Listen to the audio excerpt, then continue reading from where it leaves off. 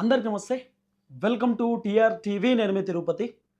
తెలంగాణ రాష్ట్ర ముఖ్యమంత్రి రేవంత్ రెడ్డి గారికి ఒరిజినల్ కాంగ్రెస్ పార్టీకి సంబంధించినటువంటి లీడర్లు షాక్ల మీద షాక్లు ఇస్తున్నారు. రేవంత్ అన్నకు ఏం చేయాలో అర్థమైతలేదు. రేవంత్ అన్న దావోస్ పోయి రాగానే టికెట్లు ఎవరికి కన్ఫర్మ్ చేయాలి, టికెట్లు ఎవరికి ఇవ్వాలి, ఎవరికిస్తే గెలుస్తారు, ఎవరికిస్తే గెలిచే అవకాశం ఉంది అని చెప్పి సర్వే చేయించేటటువంటి కార్యక్రమం చేసిందట. ఆ సర్వేలో దాదాపు ఇద్దరికి టికెట్ ఇస్తే ఇద్దరు గెలిచేటటువంటి అవకాశం ఉంది. ఆ ఇద్దరిలో ఎవరన్నా ఒక్కళ్ళకే ఇయ్యాలి. అట్లాంటప్పుడు ఆ ఇద్దరిలో ఎవరన్నా ఒక్కళ్ళకి ఇయ్యాలంటే రేవంత్ అన్నకు నచ్చినటువంటి వ్యక్తులకి రేవంత్ అన్న టికెట్ ఇచ్చుకునేటటువంటి కార్యక్రమం చేసిండు అనేది ఒరిజినల్ కాంగ్రెస్ పార్టీ లీడర్లకు సంబంధించినటువంటి వర్షన్. మరి రేవంత్ అన్నకు నచ్చినటువంటి వ్యక్తులంటే ఆయన కూడా కాంగ్రెస్ పార్టీకి సంబంధించినటువంటి వ్యక్తే ఉండాలి కదా. అట్లా కాదట. అసలు జరిగినటువంటి కథ ఏందనేది కొంత ఇన్‌డెప్త్‌గా మాట్లాడుకునేటటువంటి కార్యక్రమం చేద్దాం. దాదాపు పార్టీ మారినటువంటి ఎమ్మెల్యేలు 10 మంది. ఈ 10 మంది ఎమ్మెల్యేలలో ఇద్దరు ముగ్గురు ఎమ్మెల్యేలు వాళ్ళు ఫుల్ ఫ్లెడ్జ్‌గా బీఆర్ఎస్ కోసం పనిచేస్తున్నారు. కేసీఆర్ కోసం పనిచేస్తున్నారు. బీఆర్ఎస్ పార్టీ గెలవడానికి రకరకాల ప్రయత్నాలు చేస్తున్నారు. ఎగ్జాంపుల్ గూడెం మైపాల్ రెడ్డి లాంటి వాళ్ళు. మిగతా 9 మంది ఎమ్మెల్యేలు ఆల్మోస్ట్ వాళ్ళందరూ కూడా కాంగ్రెస్ పార్టీ గెలవడానికి రకరకాల ప్రయత్నాలు చేస్తున్నారు. స్పీకర్ సార్‌కేమో లేదు లేదు మేము బీఆర్ఎస్ పార్టీలోనే ఉన్నాం, బీఆర్ఎస్ పార్టీలోనే కంటిన్యూ అవుతున్నాం అని చెప్పి ఎమ్మెల్యేలు చెప్పిర్రు. అయినా కూడా ఇంటర్నల్‌గా మాత్రం కంప్లీట్‌గా కాంగ్రెస్ పార్టీ గెలవడానికి ఆ ఎమ్మెల్యేలు పనిచేస్తుర్రు. ఇంటర్నల్‌గా కాంగ్రెస్ పార్టీలోనే కంటిన్యూ అయితున్నారు. స్పీకర్ సార్ మాత్రం లేదు లేదు మళ్ళీ ఉప ఎన్నికలు వస్తే పంచాయతీ అవుతుంది అనేటటువంటి ఆలోచనతోటి ఇంకోటి స్పీకర్ సార్ వీళ్ళు బీఆర్ఎస్‌లోనే ఉన్నారని చెప్పి ఆయన నిర్ణయం ఇచ్చిండు. ఆయన మాట్లాడేటటువంటి కార్యక్రమం చేసిండు. కానీ పార్టీ మారినటువంటి ఎమ్మెల్యేలకు సంబంధించినటువంటి నియోజకవర్గాలు ఏదైతున్నాయో ఆ నియోజకవర్గాలలో పెద్ద ఎత్తున పంచాయతీ అవుతుంది. ఆఖరికి ఆ నియోజకవర్గంలో ఉన్నటువంటి ఒరిజినల్ కాంగ్రెస్ పార్టీకి సంబంధించినటువంటి లీడర్లు ఢిల్లీ అధిష్టానం దగ్గరికి పోవడానికి రెడీగా ఉన్నారు. ఆల్రెడీ ఒరిజినల్ కాంగ్రెస్ పార్టీకి సంబంధించినటువంటి లీడర్లు బట్టి విక్రమార్క, ఉత్తమ్ కుమార్ రెడ్డి అట్లనే కొంతమంది లీడర్లకు చెప్పిరట. అన్న మాకు ఇబ్బంది అవుతుంది, ముఖ్యమంత్రి రేవంత్ రెడ్డి ఇష్టం ఉన్న వాళ్ళకి టికెట్ ఇస్తుండు, ఈ పార్టీ మారినటువంటి ఎమ్మెల్యేలు ముఖ్యమంత్రిని కలుసుకుంటుంటే ముఖ్యమంత్రి ఈ పార్టీ మారిన ఎమ్మెల్యేలు మావనికే టికెట్ ఇవ్వాలన్నా అంటే ముఖ్యమంత్రి బీఫామ్ల పైన సంతకాలు పెడుతున్నాడు, ఇష్టానుసారంగా వ్యవహరిస్తున్నాడు, మరి ఏందో అర్థమైతలేదు. వాస్తవానికి పార్టీ అధ్యక్షుడు పీసీసీ అధ్యక్షుడు మహేష్ కుమార్ గౌడ్ పార్టీ బీఫామ్ల పైన సంతకాలు అదొకటి ఇదొకటి ఉంటాయి, అధ్యక్షుడు ఆయనే కాబట్టి. కానీ ముఖ్యమంత్రి డైరెక్షన్లోనే కదా నడిచేదంతా. ముఖ్యమంత్రి ఈయన గెలుస్తాడు, ఈయనకి ఇయ్యన్న టికెట్ అంటే పీసీసీ అధ్యక్షుడు మహేష్ అన్న ఏం చేస్తాడు, ముఖ్యమంత్రి చెప్పినాక సంతకం పెట్టాల్సిందే కదా. ఈ పార్టీ టికెట్లు అన్నీ కూడా ఈ మున్సిపల్ కార్పొరేషన్కి సంబంధించినటువంటి టికెట్లు అంటే మున్సిపాలిటీ కార్పొరేషన్కి సంబంధించిన టికెట్లు అన్నీ కూడా రేవంత్ రెడ్డి డైరెక్షన్లోనే సుమారు 70% నడిచింది అనేది ఒక పెద్ద చర్చ వినబడుతుంది కాంగ్రెస్లో. మరి రేవంత్ అన్న లేడు కదా, ఎట్లా నడిచింది ఏం కథ అంటే అంత రేవంత్ అన్న డైరెక్షన్. రేవంత్ అన్నతో ఎప్పటికప్పుడు ఫోన్ టచ్లో ఉండడం, రేవంత్ రెడ్డితో ఈ పార్టీ మారినటువంటి ఎమ్మెల్యేలు మాట్లాడడం, డిస్కస్ చేయడం, ఇదంతా ఇంటర్నల్గా నడిచింది అనేది కూడా కొంత వినబడినటువంటి వ్యవహారం. అసలు జరిగినటువంటి కార్యక్రమం ఏందనేది మీకు ఒక్కొక్కటి చెప్పేటటువంటి కార్యక్రమం చేస్తా. పిన్ టు పిన్ మీరు వినేటటువంటి ప్రయత్నం చేయండి. లాస్ట్ వరకు ఈ వీడియో చూడాలి. ఫస్ట్ టైం మన ఛానల్ చూస్తున్న వాళ్ళు సబ్స్క్రైబ్ చేయండి, షేర్ చేయండి, లైక్ చేయండి. మీ ఆస్తులు అడుగుతలేను, వీడియోకి లైక్ కొట్టుని. రైట్గా టాపిక్లోకి పోతే ఇగో నన్ను బలి చేశారు ఎవరంటారు ఈ మాట తెలుసా? జగిత్యాలకు సంబంధించినటువంటి కీలకమైన original Congress party leader Jeevan Reddy చెప్తున్న మాట. నన్ను బలి చేసిర్రు. నేను original Congress party leader Jeevan Reddy Congress party అధికారంలోకి వచ్చిన దగ్గర నుండి పాపం ఫైట్ చేస్తున్నాడు. గాంధీ భవన్కు పోయి మరీ నిరసన వ్యక్తం చేసిండు జీవన్ రెడ్డి. పాపం జీవన్ రెడ్డి వేరే పార్టీలోకి పోలేడు, ఎందుకంటే కాంగ్రెస్ పార్టీకి సంబంధించిన ఒరిజినల్ లీడర్. ఆయన వేరే పార్టీకి పోయేటటువంటి ఉద్దేశం ఉండదు, ఎందుకంటే కాంగ్రెస్లోనే కీలకంగా ఉన్నటువంటి వ్యక్తి. అలాంటి వ్యక్తిని రేవంత్ రెడ్డి నమ్మించి మోసం చేసిండు. ఏం జరిగింది అనేది ఇన్డెప్త్గా మాట్లాడుకుందాం, మొత్తం చెప్తా. కాంగ్రెస్ పార్టీ నన్ను మోసం చేసింది, నా కార్యకర్తలను బలి చేశారని జీవన్ రెడ్డి ఆవేదన. జగిత్యాల కీలక నేత జీవన్ రెడ్డి ఆవేదన. జీవన్ రెడ్డికి కాంగ్రెస్ వెన్నుపోటు, పతనం నెగ్గించుకున్న jumping MLA Sanjay Kumar. Jagtial MLA Sanjay Kumar ఆయన అసలు ఏ పార్టీలో ఉన్నాడో ఆయనకే క్లారిటీ లేదు. ఓసారి బీఆర్ఎస్ పార్టీ అంటున్నాడు, ఓసారి కాంగ్రెస్ పార్టీ అంటున్నాడు. ఆఖరికి సంజయ్ కుమార్ మొన్న గాంధీ భవన్ కూడా పోయిండు. గాంధీ భవన్ పోయి పీసీసీ అధ్యక్షుడు మహేష్ కుమార్ గౌడ్ని కలిసిండు, కాంగ్రెస్ పార్టీకి సంబంధించినటువంటి లీడర్లను కలిసిండు. ఎవరు? సంజయ్ కుమార్. బీఆర్ఎస్ పార్టీ నుండి కాంగ్రెస్ పార్టీలోకి జంప్ అయినటువంటి జంపింగ్ ఎమ్మెల్యే. మళ్ళీ ఈ సిగ్గు లేకుండా ఇదే ఎమ్మెల్యేలు పార్టీలు మారుతారు, ఇదే ఎమ్మెల్యేలు మళ్ళీ గాంధీ భవన్కి పోతారు, మళ్ళీ మేము బీఆర్ఎస్ పార్టీలోనే ఉన్నామని చెప్తారు.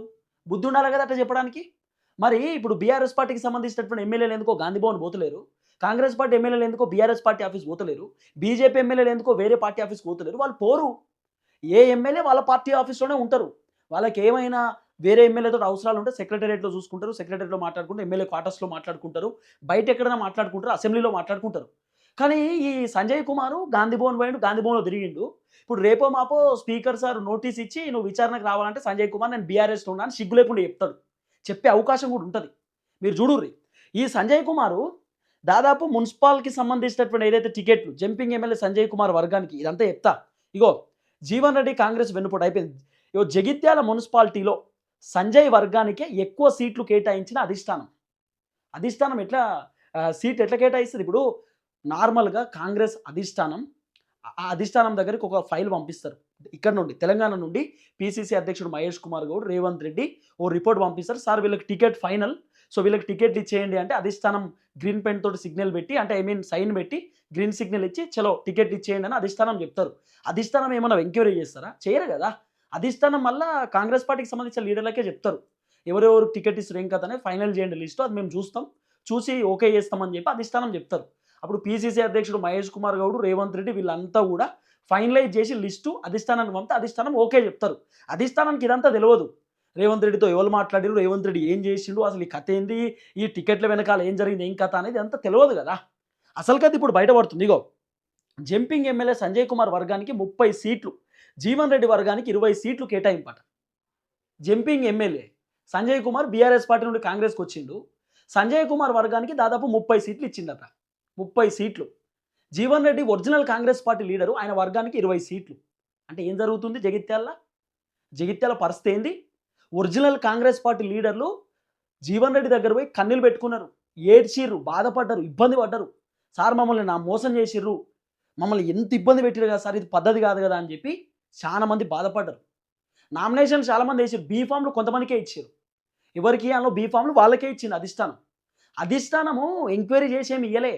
వీళ్ళు ఏ రిపోర్ట్ పంపితే అధిష్టానం ఆ రిపోర్ట్ పైన సంతకం పెట్టిర్రు. అధిష్టానానికి ఇదంతా తెలియదు. ఎవరు గెలుస్తారు, ఏం కథ అనేది అధిష్టానము పెద్దగా ఫోకస్ పెట్టరు కదా! ఇప్పుడు మున్సిపల్ కార్పొరేషన్ ఎన్నికలంటే నార్మల్‌గా టౌన్ ఎన్నిక. సో కాంగ్రెస్ పార్టీ లీడర్లే ఇదంతా క్యాలిక్యులేట్ చేస్తది అనుకుంటారు. అదే ఎమ్మెల్యేయో, ఎంపీయో లేకపోతే జీహెచ్ఎంసీ ఎలక్షన్ ఉంటే అధిష్టానం కొంత ఎంక్వైరీ చేస్తారు. అధిష్టానం రంగంలోకి దిగుతారు. కొంత రిపోర్ట్ తెప్పించుకుంటారు. సర్వే చేపిస్తారు. అదంతా ఉంటది. కానీ ఎంపీటీసీ, జెడ్పీటీసీ ఈ తర్వాత ఈ మున్సిపల్ కార్పొరేషను, సర్పంచ్ ఎన్నికలు ఇవన్నీ కూడా కొంత స్థానిక ఎన్నికల లెక్క కదా! సో కాబట్టి అధిష్టానం అంత ఫోకస్ పెట్టలే. మరి అధిష్టానానికి తెలియకుండానే జరిగినాయంటే అధిష్టానానికి తెలుసు. కానీ అధిష్టానము ఎవరెవరికి టికెట్ ఇస్తుర్రు, ఏం కథ, ఎవరి వర్గానికి టికెట్ ఇస్తుర్రు అనే సంగతి అధిష్టానానికి తెలవదు. అసలు కథ ఇది. ఇగో చూడుర్రి.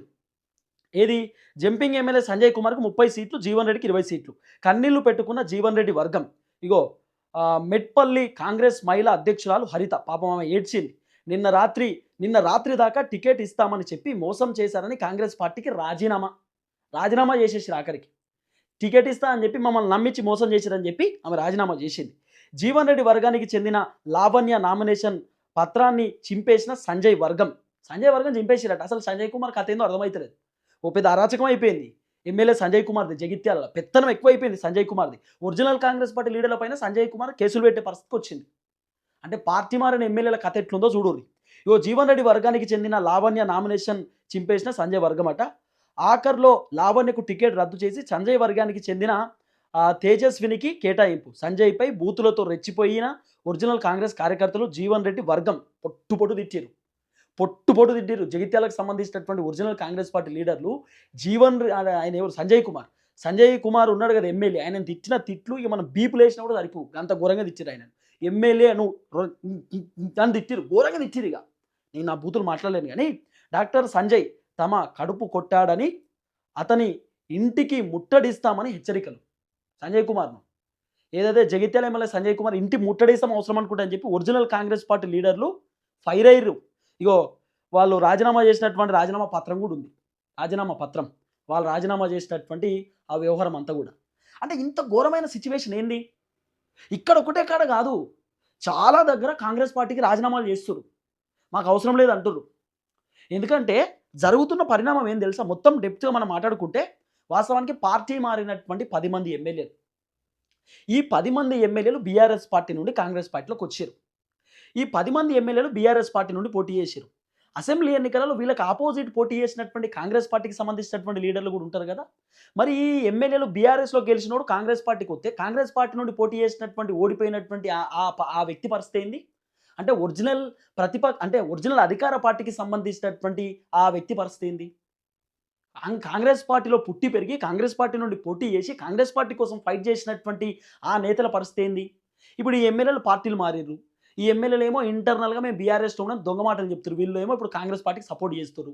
ఆఖరికి పార్టీ మారినటువంటి ఎమ్మెల్యేలు ఎవరి పేరు చెప్తే వాళ్ళకే టికెట్‌లొచ్చినాయి. మున్సిపల్ కార్పొరేషన్‌కి సంబంధించిన ఎన్నికల బరిలో నిలిచేటటువంటి అభ్యర్థులకు. మళ్ళీ వీళ్ళు పార్టీలు మారలే కదా! మరి వీళ్ళు చెప్పినటువంటి వాళ్ళకే టికెట్లు ఎందుకొచ్చినాయి? కడియం శ్రీహరి కూడా గంతే. ఆళ్ళైన ఎవరిని చెప్తే ఆళ్ళకి టికెటు. తర్వాత ఇట్లా మాట్లాడుకుంటూ పోతే పార్టీ మారినటువంటి ఎమ్మెల్యేలు ఎవ్వరికి చెప్తే ఆళ్ళకి టికెట్ కాంగ్రెస్ పార్టీ ఇచ్చిర్రు. ఎట్లా ఇచ్చిర్రు? ఎందుకు ఇచ్చిర్రు? కాంగ్రెస్ అధిష్టానం దగ్గరికి ఒరిజినల్ కాంగ్రెస్ పార్టీ లీడర్లు పోయి పంచాయతీ పెట్టడానికి రెడీ అవుతున్నారట. అసలు ఏం జరిగింది? వీళ్ళ వెనకాల ఎవరున్నారు? మరి ఈ పార్టీ మారినటువంటి జంపింగ్ జపాంగ్ బ్యాచ్‌కి సంబంధించినటువంటి వర్గానికి ఎక్కువ టికెట్లు ఎట్లా ఇస్తారు? వీళ్ళు ఎవరు ఇయ్యడానికి? వీళ్ళేమన్నా కాంగ్రెస్‌లో పుట్టి పెరిగిర్రా? కాంగ్రెస్ కోసం పని చేసిర్రా? కాంగ్రెస్ అధికారంలోకి వచ్చుడుతోటే ఫ్రీగా కండువొచ్చిందని కప్పుకొని ఆళ్ళు కాంగ్రెస్ పార్టీలో తమాషా చేస్తుర్రు. మరి మాలాంటి వాళ్ళ పరిస్థితి ఏంది? మరి రేవంత్ రెడ్డి వల్ల ఈ కాంగ్రెస్ పార్టీలో ఉన్నటువంటి కొంతమంది లీడర్ల వల్ల మేము రాజీనామా చేయాలన్నా? అసలు ఏంది? ఇదొక పెద్ద చర్చ. కాంగ్రెస్‌కు చాలా మంది రాజీనామా చేస్తుర్రు. కాంగ్రెస్‌కు ఒక్కళ్ళిద్దరు కాదు మస్తు మంది రాజీనామా చేస్తుర్రు. బీఆర్ఎస్ పార్టీలోకి కాంగ్రెస్ పార్టీ నుండి మస్తు మంది చేరిర్రు. ఒక్కళ్ళిద్దరు కాదు మస్తుగా చేరిర్రు. కాబట్టి కాంగ్రెస్ పార్టీకి రాజీనామాలు కనబడుతున్నాయి. చాలా రాజీనామాలు. సో, మాక్సిమం ఈ సీనియర్ లీడర్లు ఎవరైతే ఉన్నారో వీళ్ళందరూ అధిష్టానం దగ్గరికి పోతుర్రట. ఇప్పుడు జీవన్ రెడ్డియో లేకపోతే ఇంకా కొంతమంది సీనియర్ లీడర్లు వీళ్ళందరూ కూడా అధిష్టానం దగ్గరికి పోయి అధిష్టానంతో మాట్లాడుకుందామనే ఆలోచనతో ఉన్నారట. ఎందుకంటే టికెట్లు వచ్చేటటువంటి పరిస్థితి లేదు. టికెట్లు ఇస్తలేరు మరి. ఈ ఒరిజినల్ కాంగ్రెస్ పార్టీ లీడర్లు చెప్పినోళ్ళకేమో టికెట్ రాదు. ఈ పార్టీ మారినటువంటి జంపింగ్ జపాంగ్ బ్యాచ్ ఈ ఎమ్మెల్యేలు చెప్పినోళ్ళకేమో టికెట్ ఇత్తరు. ఇదెక్కడి కథ? మరి ఒరిజినల్ కాంగ్రెస్ పార్టీ లీడర్లు ఏం కావాలి? ఒరిజినల్ కాంగ్రెస్ పార్టీ కండువాలు మోసినోళ్ళు, రేవంత్ రెడ్డి కోసం పనిచేసినోళ్ళు, అధికారంలోకి రావడానికి కృషి చేసినోళ్ళు వాళ్ళ పరిస్థితి ఏంది? ఇలా కాంగ్రెస్ పార్టీ కార్యకర్తల పరిస్థితి ఏంది? ఎవరో వేరే పార్టీ నుండి గెలిచి కాంగ్రెస్ పార్టీ అధికారంలోకి వచ్చినాక కాంగ్రెస్ పార్టీకి వచ్చినటువంటి ఆ గొట్టం చెప్పినటువంటి మాటలు విని ఇవాళ టికెట్లు ఇస్తే మరి ఒరిజినల్ కాంగ్రెస్ కోసం పనిచేసేటటువంటి వ్యక్తుల పరిస్థితి ఏంది? ఆ లీడర్లు ఊకోరు కదా. కాంగ్రెస్‌లో పుట్టి పెరిగినటువంటి లీడర్లు చాలా మంది ఉర్రు. వాళ్ళకి టికెట్ రావాలి. వాళ్ళు కూడా రాజకీయంగా ఎదగాలి కదా. ఎంతసేపు ఇంక రేవంత్ రెడ్డి వెనకాలనే తిరగాలనా? ఇట్లా రకరకాల పంచాయతీలు ఉన్నాయి. కానీ ఇప్పుడు కాంగ్రెస్‌లో ఒక పెద్ద పంచాయతీ అయిపోయింది. సో, ఓవరాల్‌గా కాంగ్రెస్ పార్టీకి రాజీనామాలు జరుగుతున్నాయి. ఎవరెవరికైతే టికెట్ రాలేదో, టికెట్ ఇస్తా అని చెప్పి ఎవరెవరైతే మోసం చేసిరో, ఎవరెవరినైతే ఇబ్బంది పెట్టిందో కాంగ్రెసు వాళ్ళందరూ వరుసగా రాజీనామాలు చేస్తుర్రు. మాకొద్దు ఈ పార్టీ, మాకు టికెట్ ఇయ్యలే, నమ్మిచ్చి మోసం చేసి ఈ పార్టీలో మేము ఉండం. ఈ పార్టీ కోసం చాలా పని చేసినాం. ఈ పార్టీ మాకొద్దు. ఇది కాంగ్రెస్‌లో జరుగుతున్న కథ. బీజేపీలో కూడా గిదే జరుగుతుంది. బీజేపీ కూడా వరుసగా రాజీనామాలు జరుగుతున్నాయి. మాకు టికెట్ ఇత్తాను, మాకు టికెట్ ఇయ్యలే. ఎవరో కౌన్ కిస్కకి ఇచ్చిర్రు. ఆయనకెట్లా ఇత్తరు? ఆయనకు సంబంధమే లేదు. ఆయనకెట్లా టికెట్ ఇత్తరు? ఆయన బీజేపీ కండువానే కప్పుకోలే అని చెప్పి అక్కడో పంచాయతీ. ఇక బీఆర్ఎస్ అయితే ఒక క్లియర్ స్ట్రాటజీ. కేసీఆర్ ఎంత మంచి స్ట్రాటజీతో పోతున్నాడో మంచిగా చెప్తా మీకు వీడియో. అసలు కేసీఆర్ వర్షన్ ఆయన స్ట్రాటజీ ఘోరంగా ఉంది. ఆఖరికి గద్వాలనా ఎన్నో గద్వాల కాదు ఇంకొక దగ్గర నేను విన్నా అది. రేవంత్ రెడ్డి సంబంధించినటువంటి కాన్స్టిట్యున్సీ దగ్గరనే ఒక నియోజకవర్గం దగ్గర బీఆర్ఎస్ పార్టీ ఏకగ్రీవమైంది. అంటే కేసీఆర్ చెప్పినాడు వీలైనంత మేరకు ఏకగ్రీవమే కావాలి. అట్లా చూసుకోండి అన్నాడట. తర్వాత బీఆర్ఎస్ నేను చెప్తా బీఆర్ఎస్ కథ నేను అంతా చెప్తా. ఏం జరగబోతుంది ఏంది, కేసీఆర్ స్ట్రాటజీ ఏంది, కేసీఆర్ వర్షన్ ఏంది, ఆయన ఏ విధంగా రేవంత్ రెడ్డిని ఢీకొట్టడానికి రెడీగా ఉన్నాడు అనేది అన్ని వివరాలు మనం మాట్లాడుకుందాం. మొత్తానికి కాంగ్రెస్ పార్టీకి సంబంధించినటువంటి లీడర్లు ఎవరెవరైతే అసంతృప్తితో ఉన్నారో, అసహనంతో ఉన్నారో, కోపంతో ఉన్నారో, బాధతో ఉన్నారో, మాకు టికెట్ ఇస్తా అని చెప్పి మమ్మల్ని మోసం చేసిరు అని చెప్పి ఎవరెవరైతే అసంతృప్తితో ఉన్నారో వాళ్ళందరూ రాజీనామాలు చేస్తున్నారు. రేవంత్ రెడ్డికి భారీ షాక్ ఇవ్వబోతున్నారు. ఈ టికెట్ల వెనకాల ఏది పార్టీ మారినటువంటి ఎమ్మెల్యేలు చెప్పిన వాళ్ళకే టికెట్లు ఇచ్చిండు రేవంత్ రెడ్డి అని చెప్పి ఇప్పుడు ఒరిజినల్ కాంగ్రెస్ పార్టీ లీడర్లు ఆరోపణలు చేస్తున్నారు. ఒరిజినల్ కాంగ్రెస్ పార్టీకి సంబంధించినటువంటి లీడర్లు వాళ్ళందరూ కూడా సీనియర్ లీడర్లు ఢిల్లీకి పోనీకి రెడీ అవుతున్నారు. అధిష్టానంతోనే మాట్లాడుకుంటాం, అధిష్టానంతో చర్చ పెట్టుకుంటాం. అసలు ఈ టికెట్లు ఎట్లా ఇచ్చి ఎక్కడ లోపం జరిగిందో మాకు తెలవాలి. ఎంత గమ్మతైన కథ అంటే తెలుసా? ఇంకోటి రేవంత్ అన్న సర్వే చేపిస్తే ఆ సర్వేలో ఏ పర్సన్ బి 2 ఈ ఏ అనేటటువంటి పర్సన్ ఓడిపోతాడు, బి అనే పర్సన్ గెలుస్తాడు అని చెప్పి సర్వేలో వస్తే బి అనే పర్సన్కి టికెట్ రాలే, ఏ అనే పర్సన్కి టికెట్ వచ్చింది. అంటే ఓడిపోయేటటువంటి అభ్యర్థులు కూడా టికెట్ ఇచ్చారు.